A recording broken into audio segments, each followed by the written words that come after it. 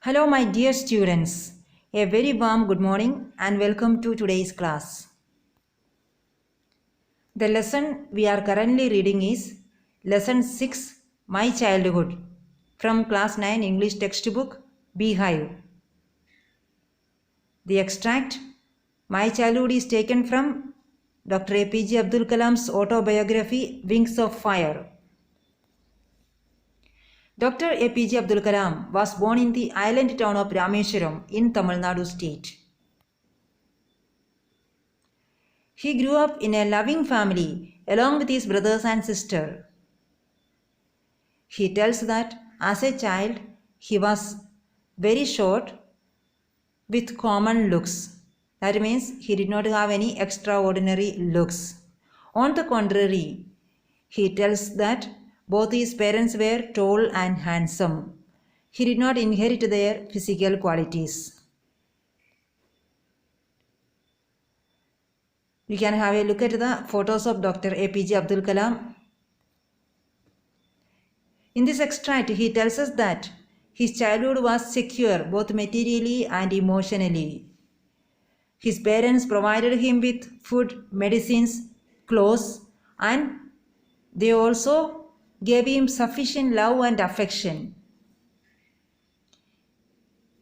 Well, let's continue the lesson.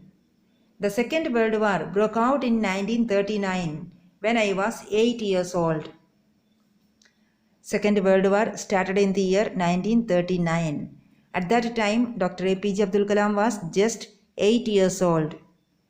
That means he was born in the year 1931. For reasons I have never been able to understand, a sudden demand for tamarind seeds erupted in the market. Suddenly, the demand for tamarind seeds increased in the market. APJ Abdul Kalam was not able to understand the reason behind this.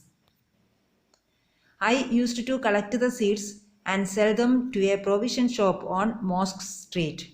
Abdul Kalam started collecting tamarind seeds because that would bring him money. He collected tamarind seeds and he sold them to a provision shop located on the Mosque Street. A day's collection would fetch me the princely sum of 1 anna. By collecting tamarind seeds, he was able to collect a good sum of money, 1 anna. 1 anna meant 6 paise at that time. 1 anna equals 6 paise. He calls it a princely sum because at that time it meant a large sum of money. You can look at the pictures of tamarind seeds. The second picture shows 1 anna. Some of you might have those if you have coin collection hobby, you will be having, I hope, 1 anna coin. My brother-in-law Jalaluddin would tell me stories about the war which I would later attempt to trace in the headlines in Dinamani. Abdul Kalam's brother-in-law, his name was Jalaluddin. He would tell him stories about the war. Which war? About World War II. Later, Abdul Kalam would read the newspaper. Name of the newspaper is Dinamani. So, read the newspaper Dinamani to know about the World War. To know about the news about the World War. Our area, being isolated, was completely unaffected by the war. Our area referred to here is Rameshwaram town. The island town of Rameshwaram, being isolated, it was an isolated area, lonely area. It was far away from the mainland of India. So, in the beginning, the World War did not affect Rameshwaram town. But soon, India was forced to join the Allied forces and something like a state of emergency was declared. You know, during the World War, all the countries of the world took part in the World War. Some joined the Allied forces and some other countries joined the Axis power. So, the major fight was between Allied forces and Axis power. The main countries of the Allied forces were Britain, France, America and Russia. And the major countries of the Axis power were Germany, Italy and Japan. The war was fought fiercely between the Allied forces and Axis power. At that time, India was a British colony. The British ruled us. So, British insisted us to join the Allied forces. Britain was a part of the Allied forces. Naturally, India had to support the Allied forces. Soon, India was forced to join the Allied forces. India supported the Allied forces during the World War, and something like a state of emergency was declared. As a result of India joining the World War, what happened? State of emergency was declared in the country. When the state of emergency was declared in the country, president's rule is implemented throughout the country, and it becomes like a curfew. People did not have a lot of freedom to move freely. The first casualty came in the form of the suspension of the train halt at Rameswaram station. The first impact of the World War II was the cancellation of the train halt. What was the first impact of the World War II? The cancellation of the train halt. Where? At Rameswaram station. Earlier, trains used to stop at Rameswaram station.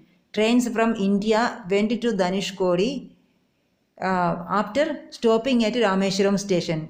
But now, that is when the emergency was declared, trains from India went to Dhanushkodi without stopping at Rameswaram station.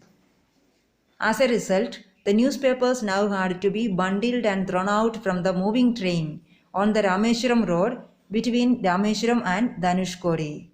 As a result of the cancellation of the train halt, what happened? Newspapers, there was no way to distribute newspaper in the Rameswaram town. Now there was only one way found. They had to make the newspaper into bundles, and they had to throw out of the moving train. The newspaper they had to throw out of the moving train. When the newspapers are thrown out of the moving train, what is required? Someone should be waiting outside to collect the newspaper.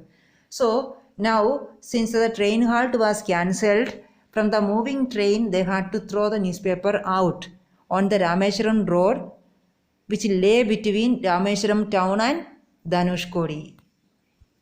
That forced my cousin Samsuddin, who distributed newspapers in Rameswaram, to look for a helping hand to catch the bundles, and as if naturally I filled the slot. So, in Rameswaram, Abdul Kalam's cousin Samsuddin distributed the newspapers. Samsuddin used to distribute the newspapers. So he could not do the work alone. He wanted a helping hand to help him collect the newspaper bundles and distribute in Rameswaram. He looked for a helping hand, and Abdul Kalam offered his help, so he became his assistant. He filled the slot. Abdul Kalam filled the slot.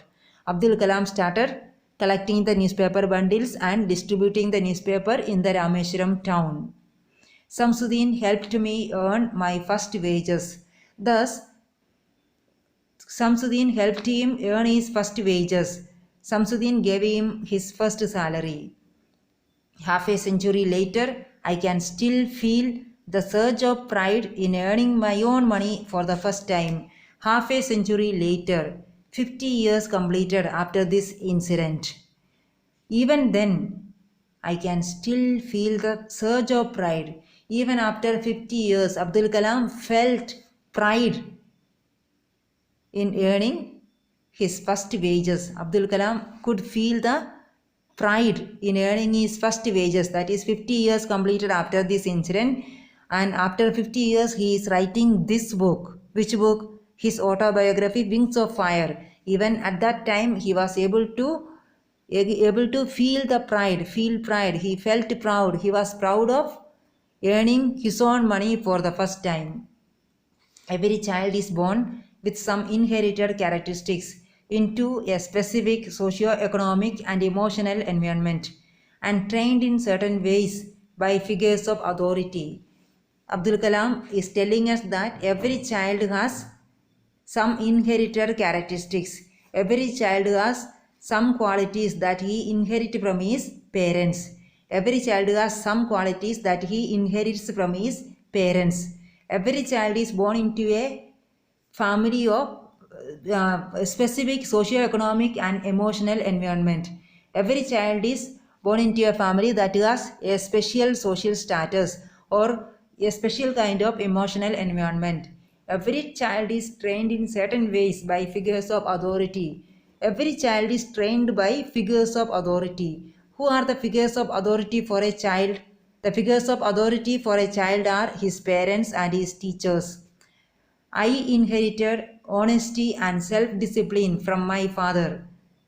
Abdul Kalam tells that he inherited two good qualities from his father. The qualities that he learned from his father are honesty and self-discipline. From his father, he inherited two good qualities: honesty, self-discipline. From my mother, I inherited faith in goodness and deep kindness. The qualities that he inherited from his mother are faith in goodness and deep kindness. And so did my three brothers and sister. Abdul Kalam had three brothers and one sister. All of them inherited all the good qualities from their parents. I had three close friends in my childhood: Ramanatha Shastri, Aravindan, and Shiva Prakashan. Abdul Kalam had three best friends during his childhood. Their names were Ramanatha Shastri, Aravindan, and Shiva Prakashan. All these boys were from Orthodox Hindu Brahmin families. All his best friends were Hindu boys. They were from Hindu families, Orthodox Hindu Brahmin families, very strict Hindu Brahmin families. As children, none of us ever felt any difference amongst themselves because of our religious differences and upbringing. They had different religious beliefs, they had religious differences, and also their upbringing was different. But the boys, all these boys, these friends, they never felt any difference amongst themselves. They felt that they were one. In fact, Ramanatha Shastri was the son of Pakshi Lakshmana Shastri, the high priest of the Rameshwaram temple. Abdul Kalam, in his autobiography, tells us who his friends were. Ramanatha Shastri, he was the son of the high priest of the Rameshwaram temple. Ramanatha Shastri's father's name was Pakshi Lakshmana Shastri. Later, he took over the priesthood of the Rameshwaram temple from his father. He also tells us what his friends later became in life. Ramanatha Shastri became the high priest of the Rameshwaram temple. Aravindan went into the business of arranging transport for visiting pilgrims. Aravindan started a business. He started the business of arranging transport to and from Rameshwaram temple. Aravindan started the business of arranging transport for visitors to and from Rameshwaram temple. And his third friend, Shiva Prakashan, he became a catering contractor for the Southern Railways. So here he tells us what his friends later became. Ramanatha Shastri became the priest of the Rameshwaram temple. Aravindan started the business of arranging transport for visitors to and from Rameshwaram temple, and Shiva Prakashan became a catering contractor for the Southern Railways. During the annual Sri Sita Rama Kalyanam ceremony, our family used to arrange boats with a special platform for carrying idols of the Lord from the temple to the marriage site, situated in the middle of the pond called Ramatirtha, which was near our house. So from this paragraph you remember one or two important points. The main festival mentioned here in this paragraph is Sri Sita Rama Kalyanam ceremony. This festival is known as Kalyanotsav in southern India. So annual Sri Sita Rama Kalyanam ceremony, Abdul Kalam's family arranged a boat. Again, the idols had to be carried to the